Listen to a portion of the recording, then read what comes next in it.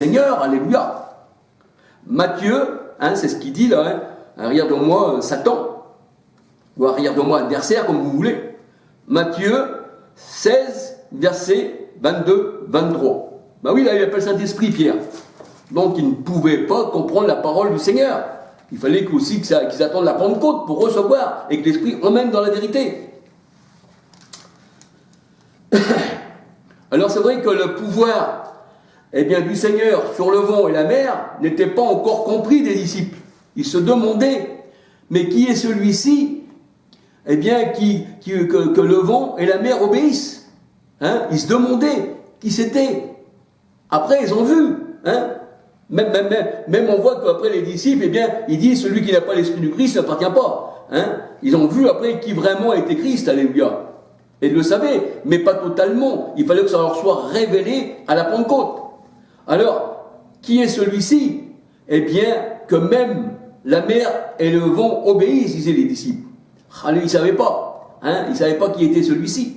Matthieu 8, 27. Matthieu 8, 27. Et on sait que Jésus, c'est Emmanuel, Dieu avec nous. Un homme ne peut pas faire les choses que Jésus a fait. Alléluia. Si maintenant c'est le Seigneur qui ira donner la puissance, il pourrait faire aussi. Parce qu'on voit que, Moïse, sur la parole de l'Éternel, la mer s'est ouverte. Mais c'est pas Moïse qui l'a fait, c'est l'Éternel à travers Moïse, alléluia. Et si le Seigneur, il enlève son esprit, l'homme, il redevient un homme normal.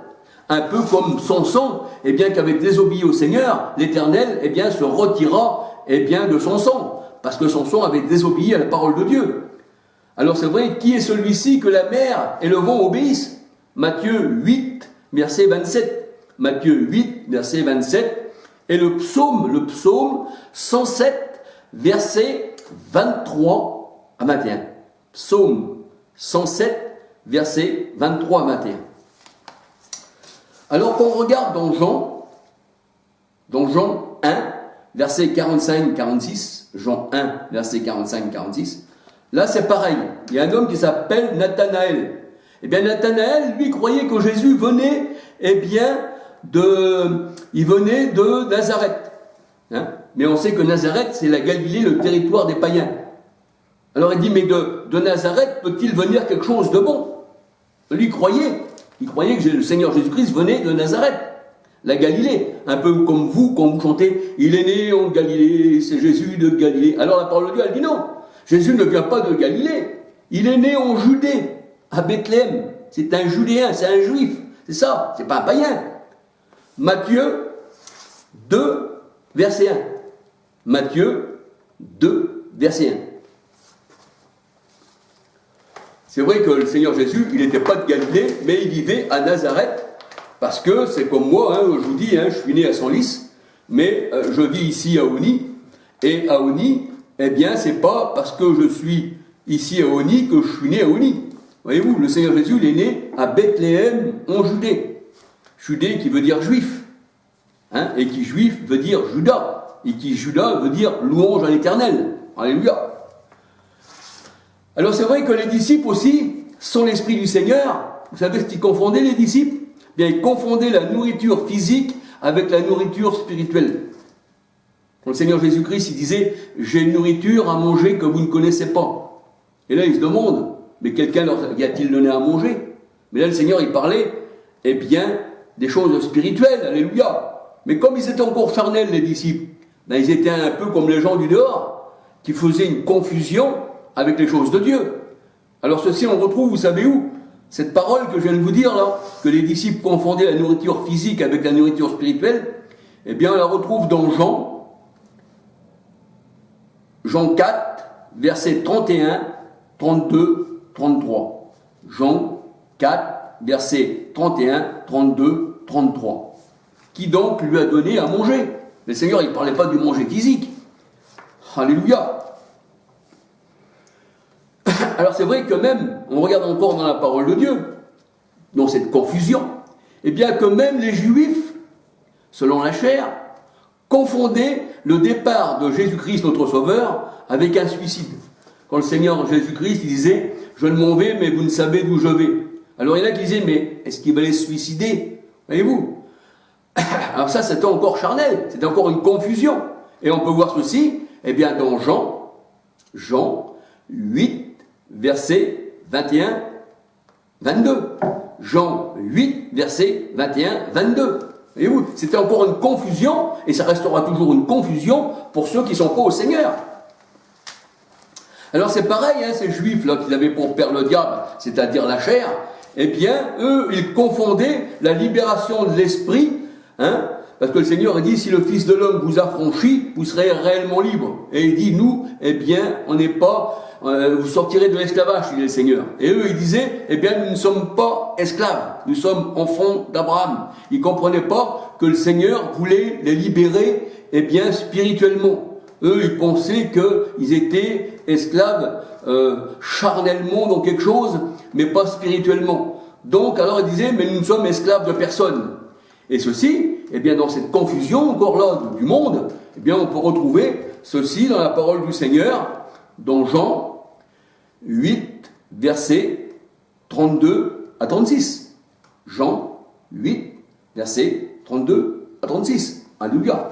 Et j'espère que je parle un peu plus doucement que dans des vidéos précédemment, parce que c'est vrai que je parle un peu vite. Et les gens, après aussi, là, ils seraient peut-être un peu confondus. Après, ils diraient, celui-là, il est fou, il dit trop de versets, il y a trop de trucs, et puis ça n'irait pas. Non. Donc, j'essaye de m'exprimer plus lentement. Alléluia. Alors, aujourd'hui, la confusion, c'est de croire qu'il y a encore des diacres. Quand le Seigneur Jésus-Christ, il dit qu'il a tout accompli, la loi et les prophètes, Luc 24, 44, et que toutes les nations aussi ont accompli tout ce qui se disait chaque sabbat dans les synagogues, sans le savoir, les nations étaient au service du Seigneur, Acte 13, 27, 28, 29, eh bien, aujourd'hui, pour un véritable chrétien, je dirais, ben, il n'y a plus de choses comme cela, il n'y a plus de diacres. Mais pour vous, il y a encore des diacres. Voyez-vous, pour vous, il y a encore des diacres. Alors, la confusion, eh bien, c'est de dire que ces diacres-là, moi, ça me donne une confusion en vous voyant, mais je sais que tout ça, c'est faux.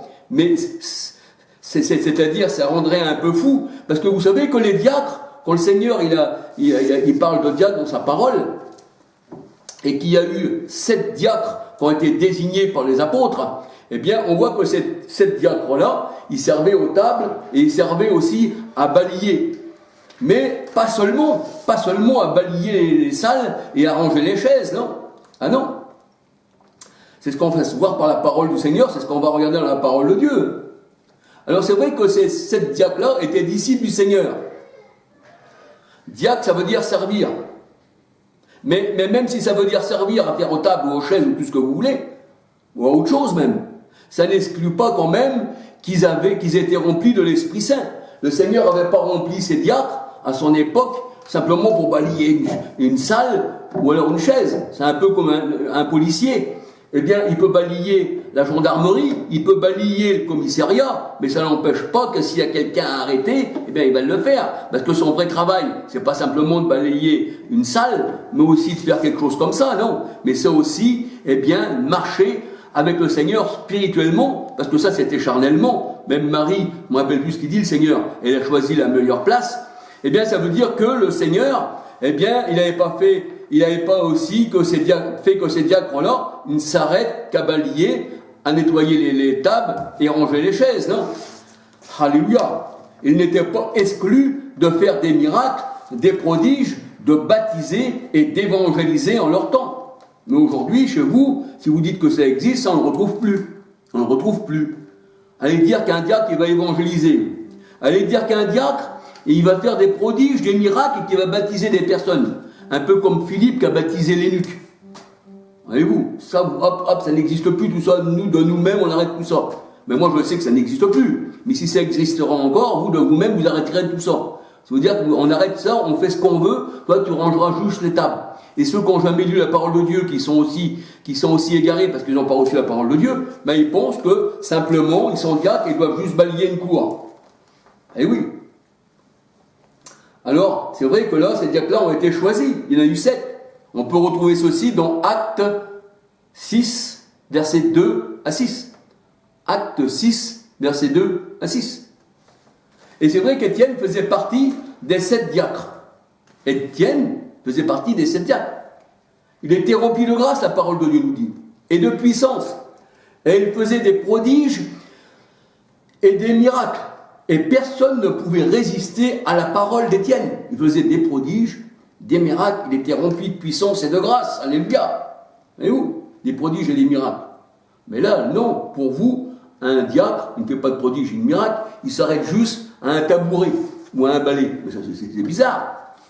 Alors ça, on peut lire dans la parole de Dieu, parce que ça ne vient pas de moi, alléluia. Acte 6, versets 8 à 15.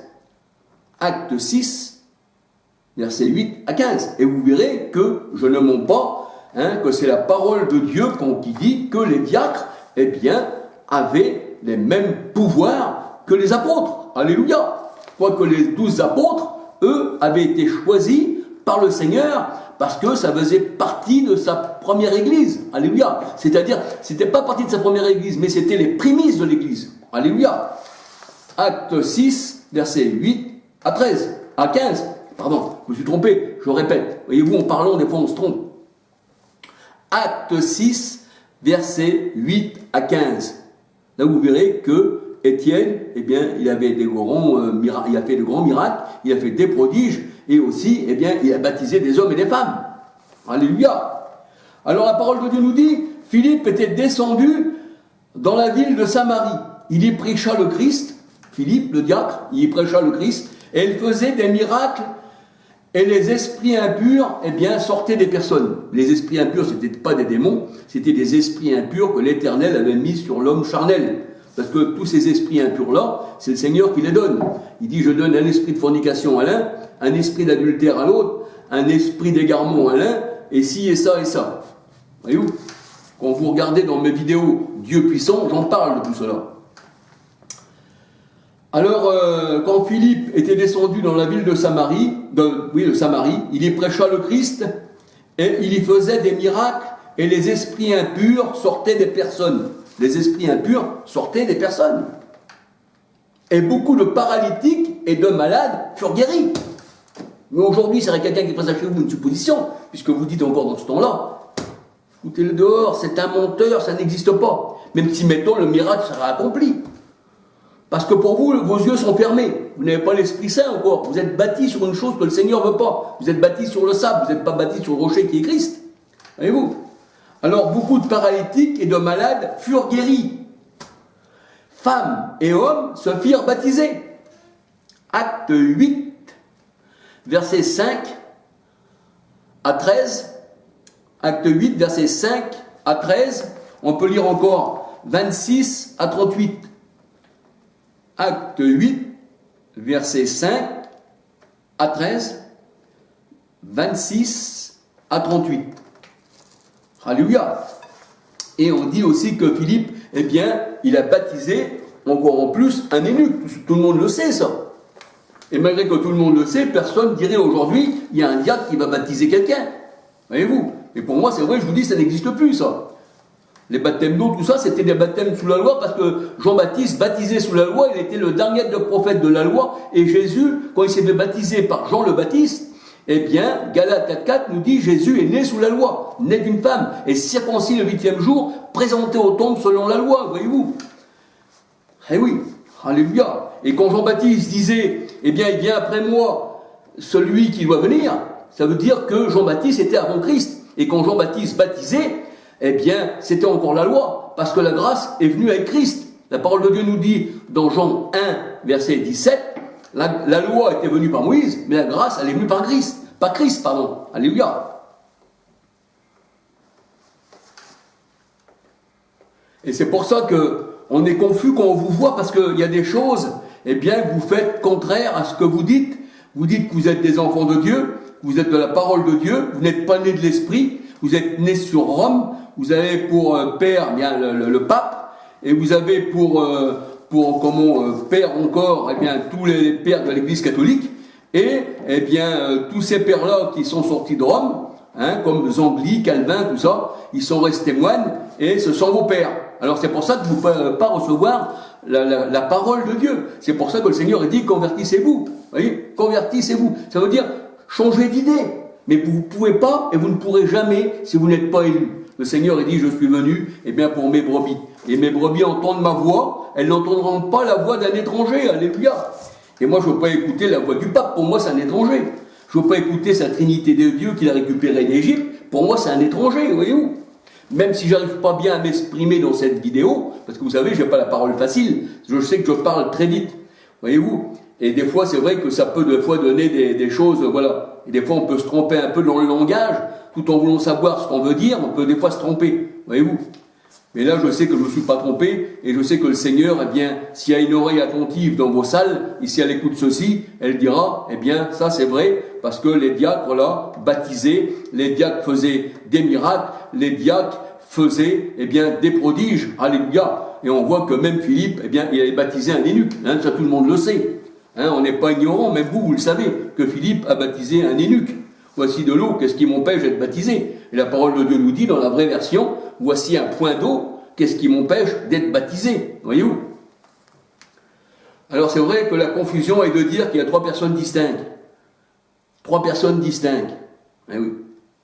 Et ces trois personnes-là, hein, les catholiques, eux, ils ont remis trois personnes encore dans chaque personne. Et dans ces personnes, il y a encore trois personnes. Ça, c'est le dogme de Constantin. Ça, vous ne le savez peut-être pas, tout ça. Mais regardez sur Internet et essayez de rechercher tout ça. Vous allez voir que le dogme de Constantin, c'était que dans les trois personnes distinctes, il y avait encore trois personnes. Et ça nous fait croire qu'encore dans ces trois personnes qui sont devenues 9 personnes, parce que 3 personnes dans chaque, dans ces 9 personnes, il y a encore 3 personnes. Donc c'est un infini de personnes. Ça, c'est ce qui nous rend la confusion trinitaire catholique en abomination à l'éternel. Alléluia. Et la confusion, vous savez ce que c'est pour conclure, hein, parce que je vais essayer de conclure quand même, alléluia. La confusion, c'est d'aller adorer à Jérusalem la terrestre. Alors là c'est vrai que ça nous rend confus. Peut-être pas vous n'êtes pas confus, parce que rien ne vous rend confus, bien que vous soyez Babylone la Grande, qui rend les gens en confusion. Eh bien là, la confusion, c'est d'aller adorer à Jérusalem la terrestre. Alors que le Seigneur a dit son temple, eh bien, de Jérusalem terrestre est détruit, et qu'elle est devenue Agar. Galates 4, 21 à 31. Son temple est détruit, il est devenu Agar. On pourrait dire même, si on voudrait faire sur les jeux de mots, eh bien, agarré, comme égaré, voyez-vous, elle est devenue Agar. C'est les enfants de la chair. Et les enfants de la chair, là-bas, qui luttent contre l'esprit, on retrouve beaucoup des gens pentecôtistes, assemblés de Dieu, vie et lumière, qui vont là-bas, parce que j'ai regardé une vidéo, vie et lumière avait été là-bas, et il disait que là, dans les enfants de la chair, dans Galates 4, 21 à 31, eh bien, eux, ils étaient bénis. Mais ils étaient bénis sûrement dans la chair, pas dans l'esprit. Parce que là-bas, il n'y a pas l'esprit. Pour trouver l'esprit, il faut entrer dans la nouvelle Jérusalem qui descend du ciel. Alléluia. C'est ce qu'il a dit, le Seigneur Jésus-Christ. Alléluia. Il a dit maintenant, eh bien, on n'adorera plus à Jérusalem, la terrestre, parce que son temple est devenu une ruine, et ses murailles, un mur de lamentation. Jean 4, versets 20 à 21. On n'adorera plus à Jérusalem, femme. Ah non, parce que là, on adore Christ dans nos cœurs, il est toujours en nous. On ne se met pas à rechercher sa présence, sinon on serait orphelin. Comme le Seigneur Jésus-Christ disait, je ne vous laisserai pas orphelin, l'esprit qui est à côté de vous ne sera plus à côté de vous, mais en vous. Hein, Jean 14, 17, eh bien ça veut dire que le Seigneur, il est toujours en nous. Nous sommes son temple. Ce n'est plus moi qui vis, c'est Christ qui vit en moi. Alléluia. Nul ne vous ravira de ma main. Alors je ne m'attends pas qu'il vienne un jour, dans ces derniers temps que vous avez imaginés, alors que les derniers temps c'était au temps des disciples, eh bien, c'est de la foutaise. Hein, j'en suis même confus. Alors, c'est vrai, comment adorer à Jérusalem, alors que Michée 3.12 nous dit, eh bien, c'est un morceau de bois, une ruine.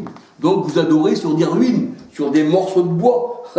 Oui, eh bien, c'est ça. Parce que tout ce qui ne vient pas du Seigneur, c'est que des ruines. Et vous vous plaisez dans les ruines. Mais c'est triste d'entendre ça. C'est vrai, vous me rendez confus, j'arrive plus à vous saisir, mais je vous saisis quand même, parce que je sais que vous êtes égarés. C'est pour ça, c'est comme quelqu'un qui ne connaît plus son langage, qui prend une voiture et puis qui part à la folie, qui se jette dans les talus, et puis qui dit « j'ai tout mon bon sens ». Non, vous n'avez plus votre sens. Vous voudrez demander au Seigneur qu'il vous fasse retrouver le sens, à condition que vous le vouliez. Alléluia. Bien que le salut ne vient pas de nous, bien que le salut vient du Seigneur, et qu'il nous a choisi avant la fondation du monde, alléluia. Donc, je ne choisis rien du tout, c'est le Seigneur qui m'a choisi, même avant que je sois né, alléluia. Mais comme le Seigneur, il connaît votre cœur bien avant que le monde soit, donc il vous a déjà mis à part, alléluia. Amen, alléluia. Voilà, c'est tout ce que je voulais dire, hein, sur la confusion, qu'il ne faut pas être confus, parce que le Seigneur il nous a donné son Esprit Saint, et que le Seigneur, eh bien, il dit dans sa parole que tous ceux qui croyaient en son nom, quand le Saint-Esprit est venu sur les personnes, la parole de Dieu, elle dit, eh bien, ils revenirent dans leur bon sens. Voyez-vous, quand on n'a pas le Saint-Esprit, on voit que les disciples du Seigneur, même eux, eh bien, ils étaient dans la confusion, ils confondaient les choses. Hein. Moi aussi, avant, je confondais. Avant que je reçoive le Seigneur dans mon cœur, j'étais rattaché aussi à la Trinité romaine. Ensuite, eh bien, tout en étant attaché à la Trinité romaine, vu que j'étais pas vivant, vu que j'avais pas l'esprit en moi, bien, je faisais les 400 coups, j'allais voler, je faisais ci, je faisais ça, et je pensais pourtant, eh bien, être au Seigneur. Ma femme, elle mettait des bougies à Lourdes, et moi, le soir, eh bien, je faisais des choses incroyables. Et quand je revenais, eh bien, quand je rapportais quelque chose, je disais, Dieu était avec moi, il a voulu que je rapporte ça. Mais j'étais dans les plans, eh bien, du monde, en faisant cela, voyez-vous. J'étais pas avec le Seigneur. J'étais carrément, eh bien, dans la confusion sans le savoir, voyez-vous. Mais lorsque celui qui est rentré en moi, au temps voulu, alléluia, eh bien, je n'étais plus en confusion. Le Seigneur, il m'a sorti de tout ça, voyez-vous. Il m'a fait comprendre que la grande prostituée romaine, à laquelle j'appartenais, qu'il fallait payer pour des prières, payer pour mettre des bougies, parce que si on mettait une grosse bougie, on était béni, une petite bougie, là Dieu ne regarde pas, donc Dieu regarde au porte-monnaie. Si tu es riche, Dieu te regarde, tu n'es pas assez riche pour mettre une grosse bougie, mais tu en as mis une petite, il va te regarder, mais méchamment. Alors si tu n'en mets pas du tout, alors là il ne te regarde plus du tout. Ça c'est le Dieu de l'argent trinitaire. Vous savez, ça c'est pas le Dieu de la parole de Dieu, de la Bible, ça, de la vraie parole, alléluia. Et encore que cette Bible-là, la Louis II, elle vient du Sinaï et elle vient du Vaticanus. Ça c'est une Bible catholique avec des choses catholiques à l'intérieur qui serait bon de changer, voyez-vous. Il faudrait plutôt retrouver une parole comme celle-ci, voyez-vous. Celle-ci c'est une vraie parole. Cet homme-là il s'est insulté dans tous les sens, mais là il a fait une parole, eh bien, qui comment